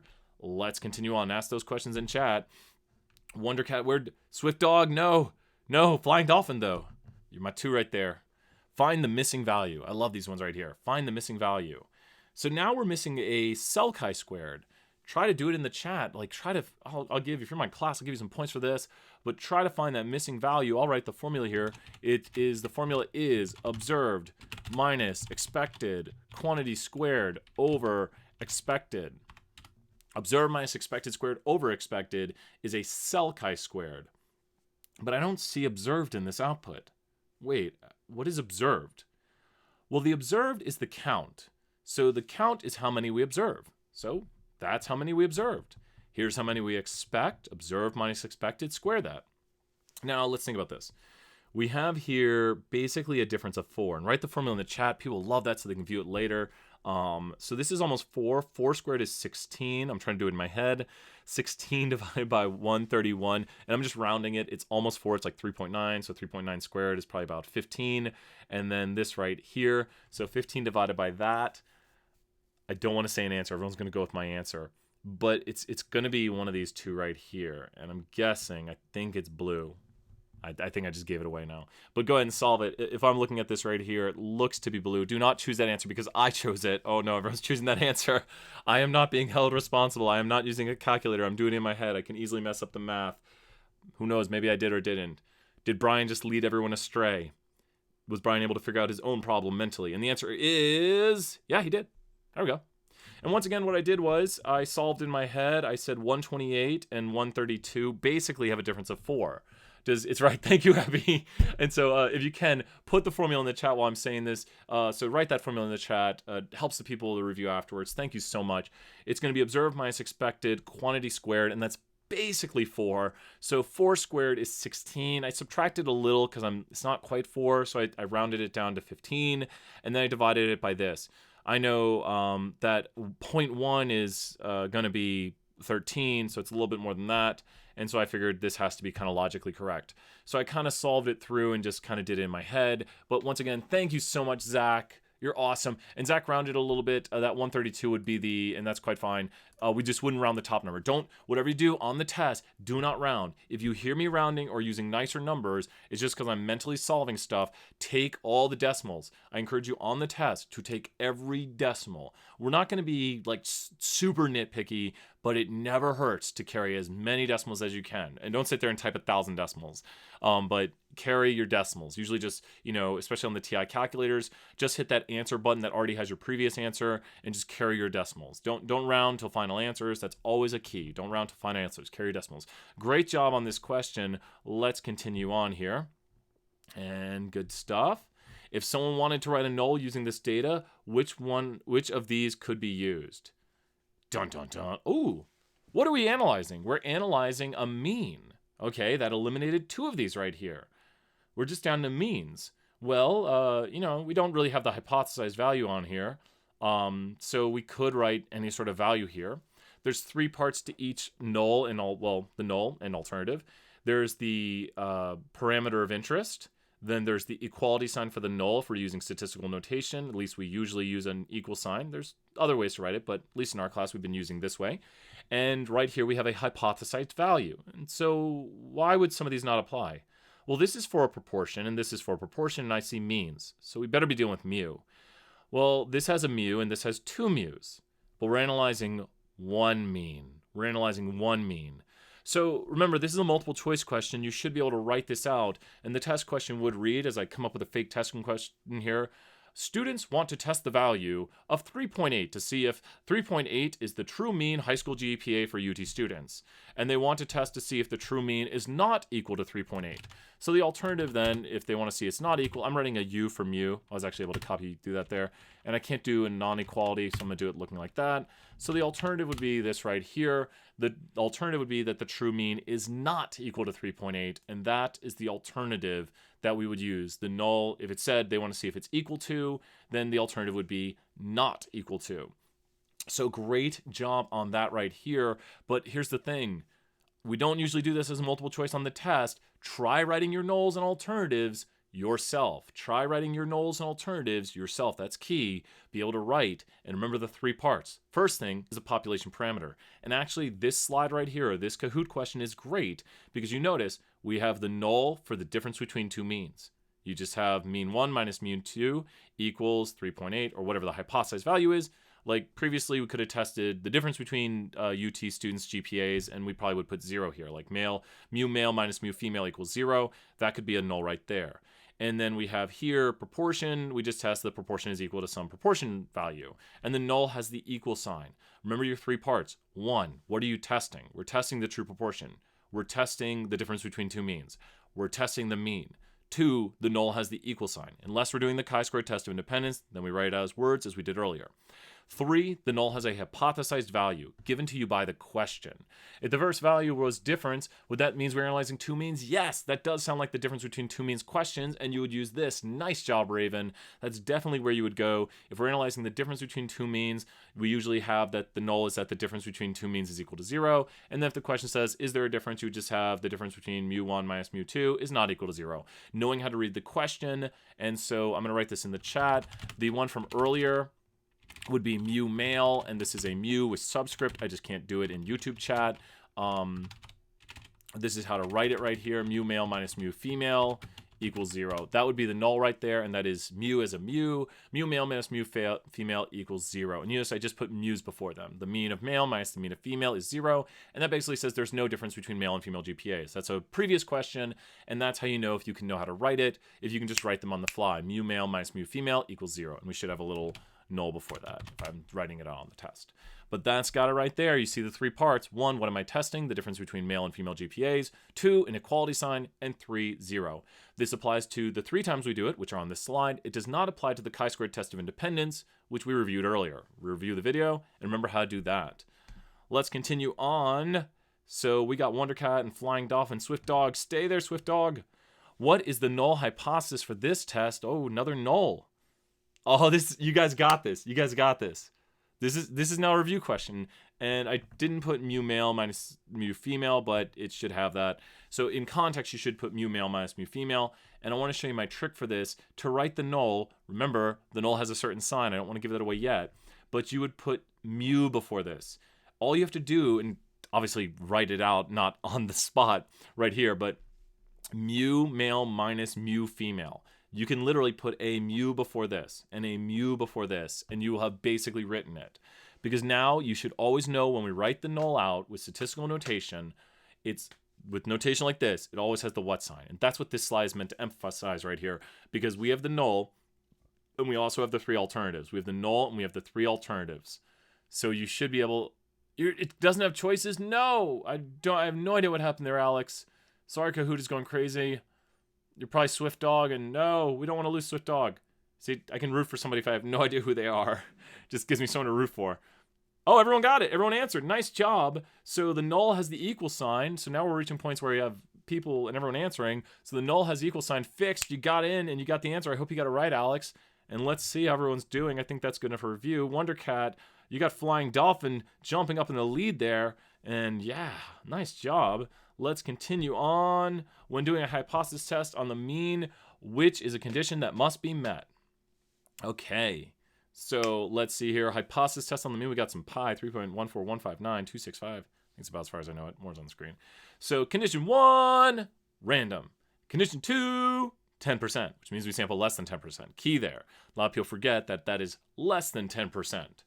Condition 3, pause. So I always tell my students to pause on condition 3. Stop. Don't just write down what you think, because you're just going to be like da-da-da-da-da on the test. Don't do that. Pause on condition 3. Okay, wait, we're testing a mean. A mean is quantitative. And I remember at the start of the review, Brian said histograms can make quantitative distributions. Or histograms draw quantitative distributions. In a histogram, I can look to see if a histogram is nearly normal. Oh, wait, yeah, we're looking to see if it's nearly normal. That's it. So if I'm dealing with a mean, it's quantitative. And yes, so great job on that one. We tricked a few people, and that's all right. If you're playing along and you're figuring this out, and you're like, wait a minute, it's means, it's quantitative. That's histograms. We look to see if histograms look normal. Now, if we did have two means here, we'd have to look at both histograms. The nearly normal condition states that our data must follow a normal distribution, and it's for the mean. So we could have that the data distribution is skewed.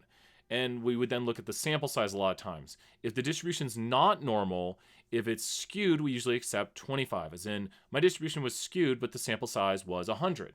Well, that's fine because the central limit theorem states that the distribution of the mean will be more normal and tighter by a factor of square root of n. But the important part here is more tighter and more normal is the important part. More normal, and it'll be nearly normal. So that's key right here. Sometimes we write it out in words, and we say that the distribution is skewed, and we have a sample size of 200. If we say it's heavily skewed, you need at least 100. And those are the numbers I keep straight, and sometimes we switch them, but I like to keep 25 and 100 because once again, We can show this later on with some higher level mathematics, and we can do other things like Shapiro-Wilk test, but at least at this point, we just kind of understand that the larger n is, the more normal it will be. So the more larger n is, the more normal it will be. But also at this point, we can see maybe a normality, a normality plot, a normal quantile plot. We call them normal probability plots in this class, I believe, which is that one where if it follows the straight line, it's normal. We can also do the goodness of fit test, which if it has a high p-value, and I think I have a video on this that covers how to check for normality. It's on the YouTube channel, Checking Normality, and it goes over the methods we use to check normality. A lot of people have asked about that one. But the nearly normal condition just states that the distribution of the mean or two means for two sample t-test must be nearly normal. And lots of ways to do that one. Let's continue on. Flying dolphin, no! Swift dog, hang in there. What is the alternative hypothesis for the two-sided test? Oh, we got this one. This is an easy one. We got this. Remember, although this is easy in the Kahoot, you need to be able to write this out. Now, I want to point something out. When you wrote the null as this a moment ago, all you have to do to change the alternative, don't change what's in position 1 and 3. Position 1 and 3 don't change when you write statistical notation for the null and alternative. The only thing that changes when you write the null and alternative is the what. I want to see in the chat to see you know it. That the only thing that changes when you write the null versus the alternative in statistical notation, it's a four-letter word. The only thing that changes is the what. Boom, Abby gets it right there. Nice job, Abby. The only thing that changes is the sign. Ben gets it too. Nice job, Lauren. It's the sign. Don't change. I'll see a lot of people write mu1 minus mu2 for the null equals 0. Then they'll write y bar 1 minus y bar 2 greater than 0, not equal to 0. And I'm like, no. Don't change it. If you wrote p for what you're testing, then it'll be the same for the null alternative. If you wrote mu for what you're testing, it'll be the same for the null alternative. The only thing that changes is the sign. So you really just need to know how to write the null. And once you know how to write the null, then you need to know that the sign is the only thing that changes, and it's directed by the question. If the question says, let's see if there's a difference between males and females, then you would use this. If the question says, let's see if males have a higher GPA, which they don't, you can look, this is real data, and the females have higher GPAs. And let's show the graphic to show that. Male minus female is a negative number. So since it's a negative number, which mean was higher? Since male minus female is negative, it's kind of like 8 minus 10, the only way to get a negative difference is if females had a higher GPA. So male minus female is negative, thus females were the higher mean. So this difference right here indicates that female GPAs were 0.047 higher than male GPAs. Also, we think there is a difference because 0 is not in here. You also notice that we reject the null, that the difference is equal to 0. So this p-value is the p-value for the two-sided because it's absolute value, which is the area on both sides of the curve, which you can barely see. There's area right there, but it's so small. And then this right here is the greater than alternative, which if you notice, if I were to shade greater than, I'd basically be shading the whole curve. And this is the less than, and the greater than and the less than add up to 1. And although it might not look like it, the does not equals is double the smallest. It's just that the decimal differences here, it looks like this one probably rounded up. It was probably 0.00206, and it rounded it up. And then if you double that, you'd get something like 0.00412. It's just that decimal differences caused it to round up here, and then when it calculated here, it didn't round up. But if we were to blank this one out, which is blanked out on the practice test, what would you write if this was not here on the practice test? What would you write for that answer if it was not there on the practice test? So there is a question just like this in the practice test, but if that wasn't there in the practice test, what would you write for it?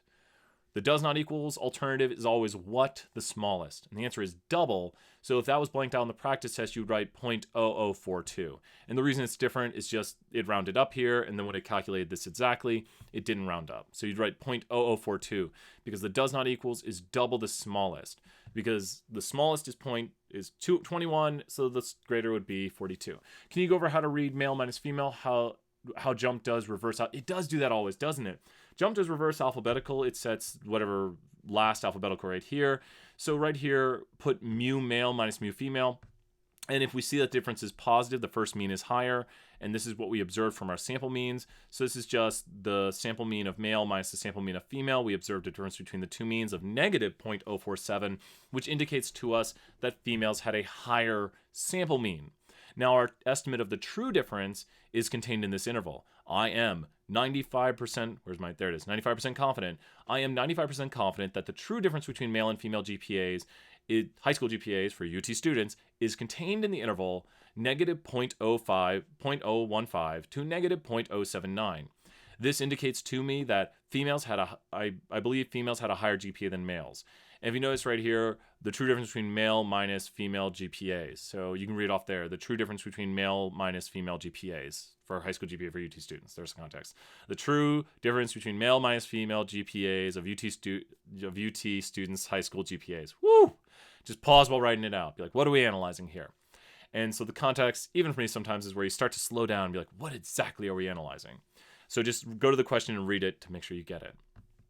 What is 45 divided by 15, or negative 45 divided by 15? If you notice the round I'm doing on the numbers, it's basically negative 3. And we mentioned that earlier. If you divide these two numbers, you will get the t ratio. The degrees of freedom is a complicated formula. And we've actually basically talked about this whole output right here. We've analyzed that output, so we should know how to read it. Good stuff. Abby, I hope that helped you right there. Let's see. We're on track to finish on time. I got another review starting at 2. What is the alternative for this test? You guys got this. This is a review question now. Look at us. Oh no, I did it, Abby. It's in the video. You should see it in the video at about the 85-minute mark. So check it out. Sorry about your computer crashing there. So remember, Brian's trick when you see this is the chi-squared test of independence. Remember, you'll have to write this out. This is the one we write out in words, not in notation. All of a sudden you say, wait, chi-squared test of independence. I'm seeing chi-squared in the output. So wait, Brian said the trick is blank is independent of blank. Blank is not independent of blank. I hope we do not see a test where it says blank is independent of blank. Oh, I hope we don't see that. It would be, you guys got it. The null is gender is independent of breaking a bone. Then the alternative would be gender is not independent of broken bone. Null and alternative right there. It should be pretty accurate. It should be pretty accurate, Laura. It should be pretty accurate on Canvas right there. We try to keep it as accurate as possible. There might be some additional drops or things like that that might not be calculated in. And if you're in my class, I haven't done the ELQs yet because you guys have those last few to finish up. And then that will adjust, and that'll adjust your clickers because as the in-class students do, they get some of their points back. And we have that extra weekly assignment. We've had maybe about 8 of them. So we've had an extra weekly assignment that the other students don't get because we're an online session and people don't always watch live. So I've given them the ability to do extra assignments to earn back their points. And those extra assignments also count for points in the class. So my students have had additional assignments each week kind of covering the topics. So they get more work. Yay! So make sure to do your extra ones that have been handed out because those can help out. And they'll help your review too. I kind of handpicked a few questions I thought might help, I'm hoping. So good stuff. We'll continue on. Good question, Laura. Sorry, mispronounced name. Wonder Cat, Dynamic Dragon. That's a cool name. Okay. No, where'd Swift Dog go? No! Dynamic Dragon, why? What is your decision regarding the null? Oh no. There's some, do not troll me and answer the one I do not want to see. Do not do the one I do not want to see. There's definitely some bad wordage on here. There's 2 answers you should not touch. I don't want to say it yet. Now remember Brian saying, when the p-value is low, reject the null. When the p-value is high, just let it fly. So you need to be able to see where the p-value is in the output. This is the chi-squared test of independence again, because we see chi-squared. Pearson has your p-value. Go over here to the prob. P-values are probabilities. The Pearson has your p-value. It's just Pearson made up the whole idea of adding up the cell chi-squareds to make the chi-squared test statistic, and likelihood ratio is a different way of doing it. So with the Pearson having your p-value, the p-value is high, just let it fly. Now remember, yeah. Oh no, Alex. No, Alex, you're trolling us. Well, you didn't pick one of them, Alex. Why'd you do that? You had some very valid choices. Yes, great job. Fail to reject the null is the accurate one right here. When the p-value is high, just let it fly. As in, fail to reject, do not reject. And probably, especially, fail to reject's the classical way of doing it. You either reject or fail to reject. That's what we do. P-value is high, just let it fly. Just let it be. Don't mess with it, because it could be true. That's what we're doing right here. Continuing on, let's see. Flying Dolphin is back in the game. Now we gotta see Dynamic Dog just jump right up. I like this. So let's see. Find the missing p-value. Missing p-value right here. Let's check it out. The p-value right here. There's these things that I want us to cover, and then I forget. It's like, oh yeah, I got a Kahoot question that does that, because I want you guys to know how to find these p-values. Like when you look at this output, you should understand the relationships of p-values, that the less than and the greater than add up to 1, and the does not equals alternative is double the smallest. So there should be things you know instantaneously. Remember, you should be able to do these things without the multiple choice. Kahoot's a little different because it's all multiple choice. So you can do really well at the Kahoot and fail the test. But I've heard a lot of people say to me, maybe it's just confirmation bias. They're like, oh, I did the Kahoot and it really helped. Maybe someone come up to me one of these days, see, they probably wouldn't come up. They're like, I did the Kahoot and it didn't help. I'd be like, I'm sorry. I want it to help. I want you to know how to find these values. I want you to understand the relationships between the p-values, that the less than is the area below your result, and then the greater than is the area above your result. You see this negative 0.048. That's where the result is at. And then the two-sided is just double the smallest. And boom, people are getting it right now in the chat. So great job here. I'm going a little faster at the end because we got a lot of great review, and that was very much a review question. Flying Dolphin, where you go? No! This is craziness. Say your conclusion of the test out loud. Get ready to click in those points, and I don't think I messed this one up. So make sure to click I did it. Please tell me I didn't mess this one up. And maybe we'll see if everyone click I did it. And I did this one earlier, but you should be able to write this. Remember, to write your null and alternative conclusion, here's what we do. When the p-value is low, reject the null. When the p-value is high, just let it fly. I want you to remember how to do this. I reject the null that. I have evidence for the alternative that. So if I use that kind of lingo, at least when I reject the null, I can say, I reject the null that gender is independent of broken bone. I have evidence for the alternative that gender is not independent of breaking a bone. So what could I say in addition if I really wanted to, teacher doesn't think, oh, it's just cookie cutter. I would say something like, looks to me like there's an association between gender and breaking a bone because I have evidence that they're not independent.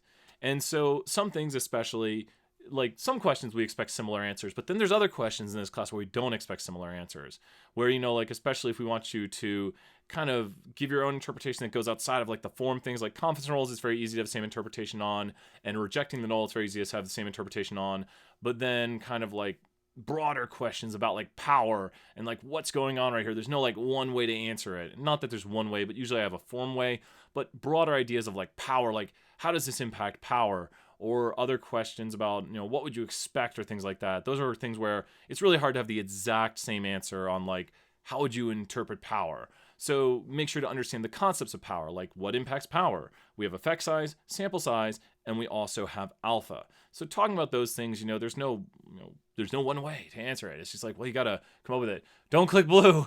No. We were taught reject the null at there isn't sufficient. Yeah, and that's quite fine too. So I reject the null that blah blah blah blah blah blah, and there isn't evidence for the alternative. That's fine right there. Yeah. There's lots of ways to do it, Raven, and that's quite fine of a way because everyone kind of has their own sort of way of doing it. So you always want to give a way of doing it and try to make it as simple as possible to understand, and then people kind of augment it a little bit, and you don't want people to go too far away because you wouldn't want to say, like that bad A word. That'd be too far away from it. So great job, everyone there. Great job. Wonder Cat, you are destroying it. Which of the following must be met for all confidence rules and tests? Ooh. Oh, you guys got this. You guys can wreck this. There we go. We're taught reject the null. And so when the p-value is low, reject the null. And that 0.05 right there, I think you guys will have this one. I'm just kind of reviewing what Raven said. That p-value of 0.0, or that alpha of 0.05 is your rejection rate. That is when you reject. You can change alpha. The higher alpha, the lower beta, and the more power. So increasing alpha increases power. And that's, once again, a review of alpha, beta, power. So you can pick when to reject if alpha is 0.05, when the p-value is lower than alpha, you reject. And we'll never, I don't like it if we put anything at 0.05. I just think that's kind of a trick question. When the p-value is low, reject the null. When the p-value is lower than alpha, I don't like putting it at alpha. That's true. That's just a tricky question. Just meant to be like, is it exactly 0.05? So we have here the two conditions that matter, random and 10%. Not that they're the only ones that matter, but if we're going to do a confidence interval or a test, we're going to do number 1, condition 1, random. Condition 2, 10%. And these are for confidence intervals and tests. Going back in time, things like regression are QQ straight enough, no outliers, which is a totally different thing. And then plot doesn't thicken. QQ straight enough, no outliers, plot doesn't thicken. But this is different now. Continuing on, let's continue on. Wonder Cat in the lead. Fuzzy Duck. What is the missing p-value? Another missing p-value question to see if you know how to find these p-values in the output. And you're basically, once again, remembering. You see I rounded it. I just showed the answer. I might pause on this output for a little bit longer and see if you guys can remember how to do certain things in this output. Let's see. I'm trying to think of what else I can tell you. 1, if you saw this output, you should be able to interpret the confidence interval, which I did. 2, you should be able to calculate the t-ratio, which I did. 3, you should be able to tell me this is a 2-sample t-test. We got the difference between male and female GPAs, and you have a complicated formula for the degrees of freedom. When you understand what you're looking at with the output, remember, don't put the code in the chat. We're almost near the end, so we don't want to crash. So when you are figuring out the degrees of freedom right here, it can't be done, at least with what we're using. The degrees of freedom would be a complicated formula. Thank you, Ben. The degrees of freedom would be a complicated formula, and we just don't solve it here. It just tells us what t-distribution we are using. Mr. T comes in, he says, "Apifu," and he smashes down the t-distribution. So it starts out as the normal, and he smashes it down into the t-distribution, and the more degrees of freedom it has, the more normal it becomes. My stream is saying I'm 15 seconds behind. If you need to rebuffer your stream, let that happen. And wow, is it right on track now? I was way behind on the stream. I don't know how I got that far behind. So rebuffer your stream if need be. So I hope you guys don't run out of time there. Sorry, I have this on ultra low latency. Thank you, Abby. So we will continue on right here. Remember, ask those questions. If you got it, you should be able to read the output, understand what's going on, even if I don't ask you a question in this review on something like the difference or the standard error of the difference. The standard error of the difference comes from what part of the formula? Pause the video now and look at your formula sheet and be like, where's this being calculated? Where's this standard error of difference on my formula sheet? Could anyone just say yes if you got it? And I'll answer Abby's question here while we're doing this. Say yes if you could look at your formula sheet and be like, that's the standard error of the difference for the difference between two means. No, Zach, no. Abby, I'll mention that in a second here. I'm gonna throw some major points to you guys. But this right here is the standard error of the difference. If you're looking at your formula sheet, is for the difference between two means is square root s1 squared over n1 plus square root s1 squared over n1 plus s2 squared over n2. So that is what we have going on right here. And with this in mind, Abby says, but is there going to be true false on the business analytics slides? And yes, there can always be one question. And especially if you're in my class right now, I'd like you to hop to our videos and put in the chat. Probably we need a mod to do this or someone. They should have access to it. I did a review of the business analytics lecture. If you want to review it, put it on double speed, watch it. You'll kind of know what's going on in the world of business analytics. And we can put that in the chat for the video or put it in the video. Maybe I'll put it in the video description when this gets posted. But you can watch my video, put it on double speed or 1.5, and you'll hear me talk about business analytics. If you've watched it or attended your lecture on the business analytics overview, it's going to be a very easy question. We always make it like, did you come to class? It's meant to literally be at that level. If you look through the slides, you'll understand it too. So if you just look through the slides and read them, you should understand completely. And so do not worry. It's meant to be as easy of a question as possible. Literally, did you come to class and were you awake? I guess that's the two things we're checking.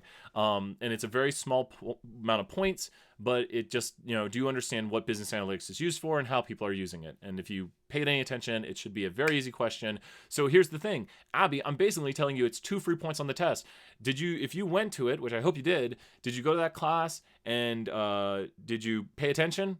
Because if you did, it's kind of free points, and that's kind of our goal right here. It's almost a freebie on the test. Speaking of, if you've been doing your clicker questions, you can get points on the final. So great job for those who have been coming in, participating in clickers to get free points on the final. And good stuff. We'll continue on right here. Almost done. And Wonder Cat, I think, is the personal streak. Which of the following must be met for all quantitative data means and test intervals? So what must be met for all quantitative? Oh, you guys got this. This is almost review right here. I think we've done it quite a few times. I think conditions are some of the easiest stuff to learn. We've done some output. We've done some nulls. We've done some alternatives. We've done some interpretation of the intervals. You think about what you've been learning at the end of this semester here. You've been learning how to interpret intervals. You've been learning how to write nulls and alternatives. You've been learning how to interpret results, how to state your conclusions, and we've been doing that a lot today. So try, if you're reviewing with this, try to write down each of these. Try to write down condition 1 is random. And they're not in order, but I always do it in order. Condition 2 is 10%, and for quantitative data, the condition is nearly normal. Expected cell count and count data for chi-squared, and success failure is for proportions, which is categorical data. So make sure to keep those straight right here, and we did it a lot in this review. These are things I just see people lose a lot of points on and why I have them in here a lot. What is the equation for degrees of... Oh, I love this. Okay. I was waiting for this one. I wanted to do this one earlier on. Hey, Mr. Penguin. Hope you're doing well today. You might be in the chat. We got penguins in here somewhere. So when we do this one right here, what we have going on is we want to figure out the degrees of freedom. The degrees of freedom is going to be the rows times rows minus 1 times columns minus 1, rows minus 1 times columns minus 1. So here's what I want you to do. You ready? Now, I have what is the equation, and you can basically solve it because it shows you the degrees of freedom on the slide right there. So check it out. This is a what by what. And be careful, don't ever use the total columns. This is a 2 by 2. A 2 by 2 reduces down to a what by what. 2 by 2 reduces to a 1 by 1. What is 1 times 1? 2 by 2 reduces to 1 by 1. 1 times 1 is 1. Now, 2 by 2 is what it is. Let's look at it again. It's, I'm using the wrong mouse. Got two computers going. So this is gender with male and female, and broken bone with yes and no. So we see here this is a 2 by 2. And when it's a 2 by 2, we reduce it to a 1 by 1, 1 degree of freedom, and you see that in the output right here. But what if this was day of the week and gender? I do. I want you, there we go. Fuzzy duck, you got it, man. There we go. So what do we have right here? I haven't seen the results yet, so good job, Fuzzy duck. So what do we have here if it's day of the week and gender? Could you solve if this was day of the week and gender for the degrees of freedom? I don't know exactly what would be solving with day of the week and gender. Maybe it's like, when do you want to take the test? On what day of the week? Because that's categorical. And what is your gender? So we'll do gender, male and female, and day of the week, 7 days of the week. So what would we have right here? So with day of the week and gender, how many degrees of freedom would that be? See if you can solve it in the chat. For with day of the week, 7 days of the week, and gender, with the two we have right here, what would be the degrees of freedom? So what would be the degrees of freedom on that? Bingo, Ben got it. Ben said 6 because it would be 7 times 2, reduce it down to 6 times 1. I'm going to try a different one right here. Let's see if we have someone owning a pet, cat, dog, or other. And then we want to see, do they live in Tennessee? We're going to have them answer, do they live in... that's not going to work. Okay, let me do this. Pet, cat, dog, or other. So make sure you can do this. Cat, dog, or other. There's 3 groups right there. And then we ask them also what year of school they're in. They're a freshman, sophomore, junior, senior. Cool, I got that now. So because you're classified by that as an undergraduate at UT. So figure out the degrees of freedom for that. We have, you own a cat, dog, other. We'll just pretend for pet owners. They're just cat, dog, or other. There's 3. Oh, you guys, it is 6 again, isn't it? Because this is the way I do it. I'm knocking the table here. It's a 3 by 4 because cat, dog, other is 3. And then we have freshman, sophomore, junior, senior. We have those 4. So a 3 by 4 reduces down to a 2 by 3. 2 times 3 is 6. What if we said cat, dog, other, or none? Cat, dog, other, or none. That's a what by what now. Cat, dog, other, or none. And then we have freshman, sophomore, junior, senior. That's a what by what. Goes to a what by what. So right now there's a 4 by 4 reduces to a 3 by 3. There would be 9 degrees of freedom. So I'm just practicing my degree of freedom formula for any question I could be asked. And do not use the total column. Earlier on we saw some contingency tables that had total columns. Do not use the totals. You will get totals for these, like the amount of females, the amount of males, the amount of yeses, the amount of no's. It will look like a 3 by 3. I see many students fall into that trap that they're like, well, it's a 3 by 3. Look at the totals. And I'm like, that's not a category though. There's male, female, 2. Yes, no, 2. There are totals for yes, totals for no, but this is a 2 by 2. 2 by 2 reduces to 1 by 1. 1 degree of freedom. That's how we do the degree of freedom for the chi-squared test of independence. So here we are right here. Interpret the difference.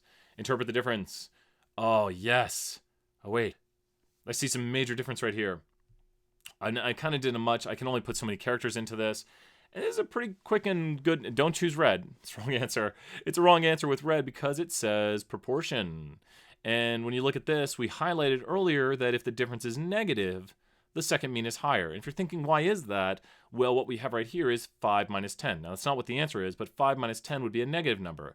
If it was 10 minus 5, as in males had a higher amount, then it would be a positive number. So 10 minus 5 would be a positive number, but it's not positive here. The difference is negative, indicating to us that females had a higher mean. So the mean for females is this much higher.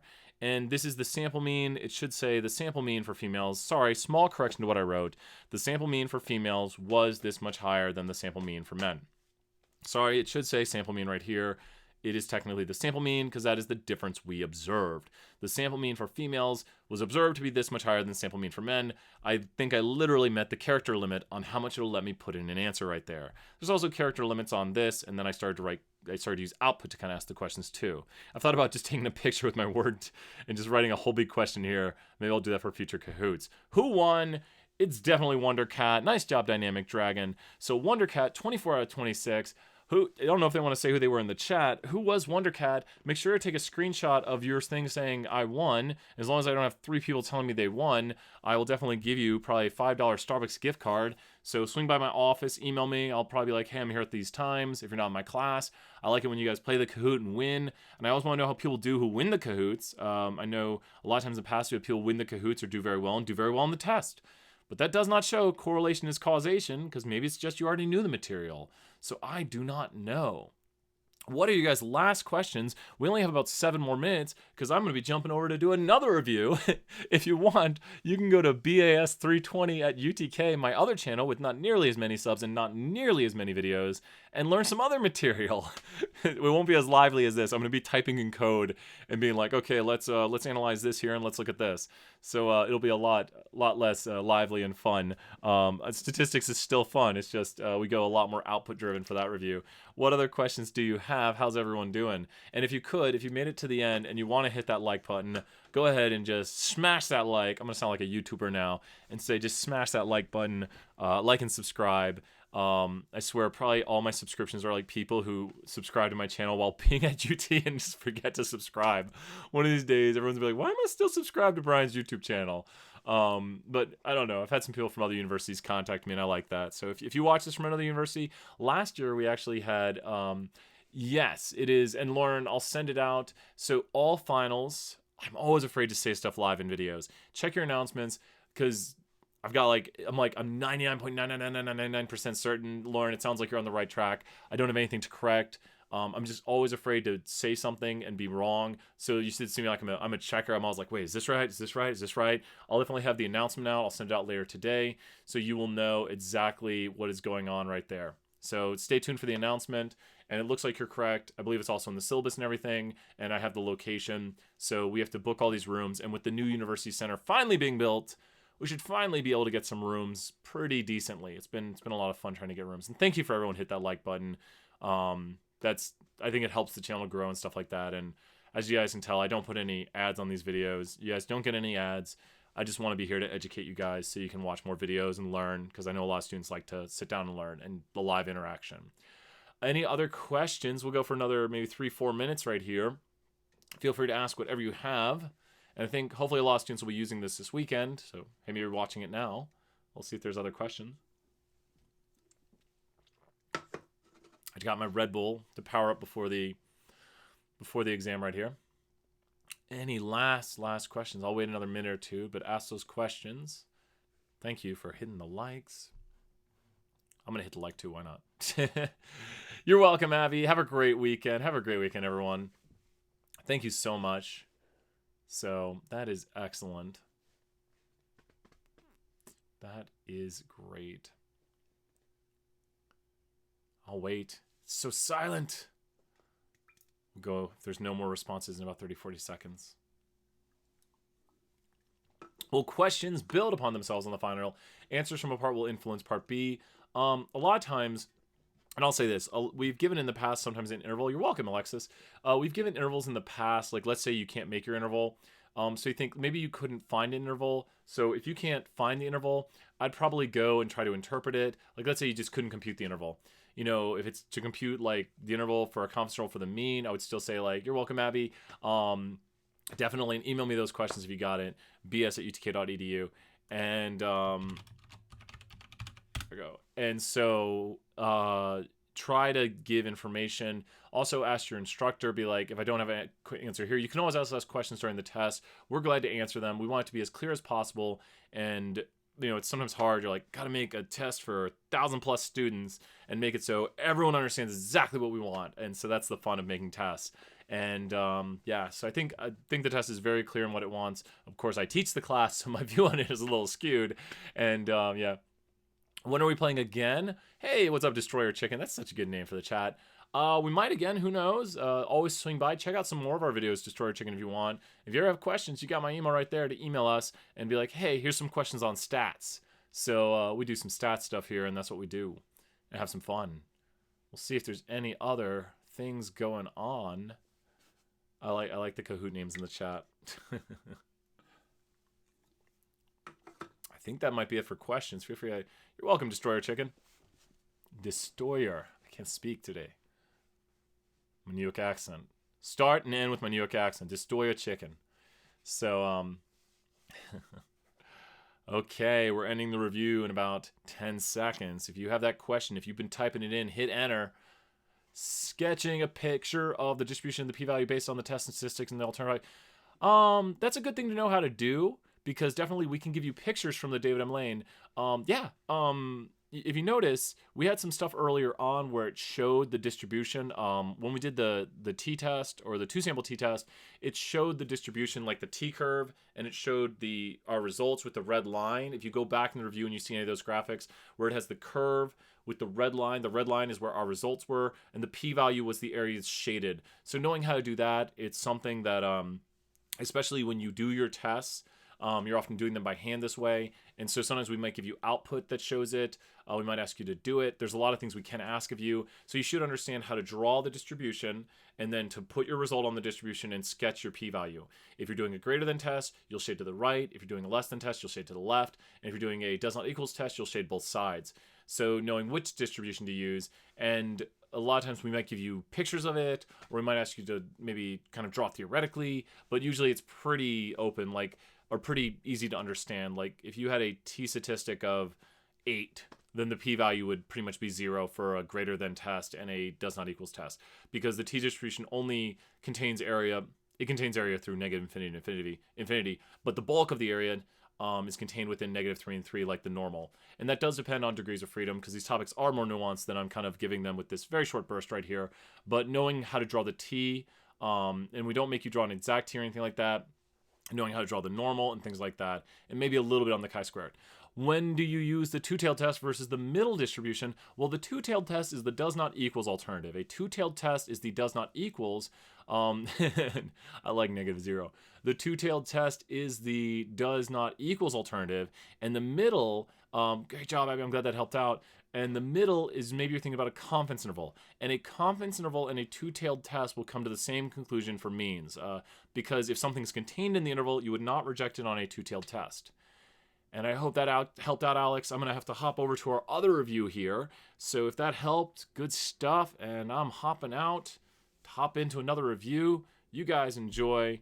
Good stuff. Let me see right here. Let me hop into my thing right here. I'm going to head off. Great day, everyone.